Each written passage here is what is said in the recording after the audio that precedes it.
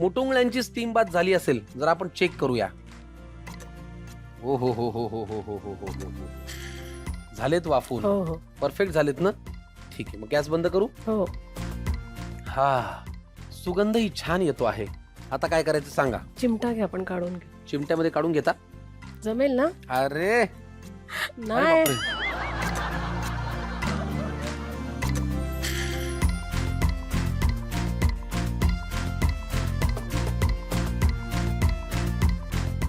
आता आपण छान कट करून घेऊया. ओके.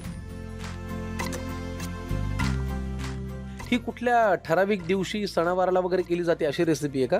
असं नाही, केव्हाही मनात वाटलं खायची इच्छा झाली की बनवायचं. बर. आपल्या तांदळाच्या भाकरी बरोबर छान लागते हे. अरे वा, मला वाटतं भातामध्ये सुद्धा छान लागेल ना. नाही, पण याला फारशी ग्रेव्ही अशी नसतेच ना. अच्छा, त्याच्यामुळे- सुकी होय. हा, हा, हा. हो, अच्छा अच्छा, बरोबर. एक स्टार्टर म्हणून पण तुम्ही खाऊ शकता ना. हो हल्ली ते फॅड आहे ना आपल्या डाएटचं वगैरे. हो, बरोबर आहे. हा. बरं, याच्यामध्ये दोन्ही जी पीठ आपण वापरली आहेत ती हा. सुद्धा प्रोटीननी भरपूर आहे. हा हा. चण्याचं पीठ काय किंवा अजून दुसरं वापरलंय ते तुरीच्या डाळीचं तुरीच्या डाळीचं, तर त्याच्यामुळे प्रोटीनसाठी हे हा. उत्तम स्रोत आहे. त्यामुळे तुम्ही असंही हे खाऊ शकता एक स्टार्टर म्हणून. हा. चला पुढे काय करूया प्रतीक्षाताई. पीठ. आता एक कढई घ्या आपल्याला. बरं, तेल लागेल ना. हो हो. पहिले हे शॅलो फ्राय करायचे, मग कांदा टाकायचा. बरं, बघा किती लागणार आहे. बस बस. पुरे. हो. जरा क्रिस्पी होतील, क्रिस्पी कोथिंबीर वडी सारखे. ते नका चमचा नका, नाही. फुटतील ना ते.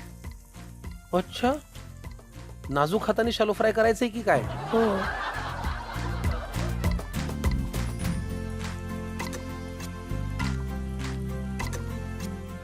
झाले का शालो फ्राय? हो झाले. चांगलाच धूर आलाय त्याच्यातून. यात काढून घेऊया आपण. थोडे क्रिस्पी पण झालेत ते. हा हा. म्हणूनच दूध सुटलाय ना.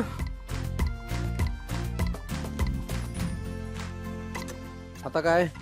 आता थोडं तेल घालूया आपण. बर, याच कढईमध्ये ना. हो हो. बघा बस बस बस. पुरे का? हो. मला एक चमचा द्या. हो घ्या की, स्वयंपाक घर तुमचं आहे. हो, तुमच्या आईला काय आज आनंद होत असेल ना. हो. मी प्रतीक्षाला सांगितलं आणि प्रश्नच ती गेली इकडे. प्रश्नच नाही, खूप आनंद दिला. काय नाव आहे त्यांचं? सुमन भानुशाली. सुमन आजी. माझ्या एक आजीचं नाव पण सुमन आहे, ती हा. लातूरला असते. हा, हा. हम्म.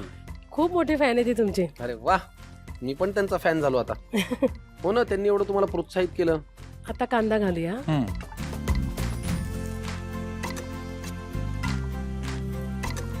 मला एक सांगा, मैत्रिणींबरोबर फिरायला जायचंय, मैत्रिणींबरोबर गप्पाही होतात, विषय काय असतात गप्पांचे? खरं सांग. खूप विषय असतात. एखादा सांगा ना जरा. सांगू? हा. नवरा. का हो? नाही, सहज हो, ब्लँकच झालो ना मी. पण म्हणजे मैत्रिणी एकत्र येऊन नवरा हा विषय आहे तर म्हणजे सकारात्मक फार चर्चा होतच नसेल. अरे बापरे. तुला सांगते, इतका वाह्यात माणूस मी जिंदगीत पाहिला नाही. इथून सुरुवात होत असेल. तुझं तर काहीच नाही ग. तेच तर, मन मोकळं करायचं असते ना. हा कॉन्फिडन्स येतो कुठून? पण कमाल, छान. आता आपण थोडी हळद घालूया. हळद. आणि हा आमचा भानुशाली स्पेशल मसाला. हे जे वाटण आपण थोडं ठेवलं ना, ते याच्यात थोडं वाटण घालायचं. आता हे घालूया आपण. घाला घाला. मुटुंगळ्याची भाजी. ओके. मस्त. हा एक अतिशय चांगला स्टार्टर मेनू आहे.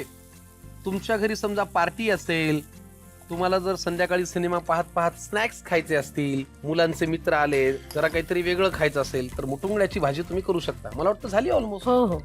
तर गार्निशिंग करता कोथिंबीर टाकायची. गार्निशिंग करता कोथिंबीर. हो. वा वा वा वा वा वा वा वा. वेळ गेला थोडा, पण आज आता मुटुंगळ्याची भाजी छान तयार झालेली आहे. पटकन येऊन घ्या साहित्य आणि कृती. मुटुंगळीची भाजी. 4 व्यक्तींसाठी लागणारे साहित्य: बेसन अर्धी वाटी, तुरीच्या डाळीचं पीठ अर्धी वाटी, उभा चिरलेला कांदा 1 वाटी, भिजवलेल्या सुक्या लाल मिरच्या 7 ते 8, कोथिंबीर आवडीनुसार, आलं 1 इंच, लसूण 5 ते 6 पाकळ्या, खायचा सोडा पाव चमचा, भानुशाली स्पेशल मसाला 1 चमचा, जिरे 1.5 चमचा, हळद अर्धा चमचा, हिंग 1 चमचा, मीठ चवीनुसार. कृती: एका बाउल मध्ये जिरे, आलं, लसूण, भिजवलेल्या सुक्या लाल मिरच्या आणि थोडं पाणी घालून वाटण तयार करून घ्या. आता एका बाउल मध्ये बेसन, तुरीच्या डाळीचं पीठ, मीठ, तयार केलेलं वाटण अर्धी वाटी, खायचा सोडा, हिंग, पाणी आणि थोडं तेल घालून एकजीव करून मळून घ्या. मळलेल्या मिश्रणाचे लांबट गोळे तयार करा आणि 10 मिनिटांसाठी वाफवून घ्या आणि त्याचे तुकडे करून घ्या. आता एका कढईत तेल घाला, त्यात वाफवलेले तुकडे परतून घ्या. त्याच कढईत पुन्हा तेल घाला, त्यात पाव चमचा हिंग, उभा चिरलेला कांदा घालून परतून घ्या. आता त्यात मीठ, हळद, भानुशाली स्पेशल मसाला, 2 चमचे तयार केलेलं वाटण घालून परतून घ्या. शेवटी त्यात परतून घेतलेले तुकडे घालून मिश्रण एकजीव करून घ्या. वरून कोथिंबीर घालून सर्व्ह करा. मुटुंगळीची भाजी तयार.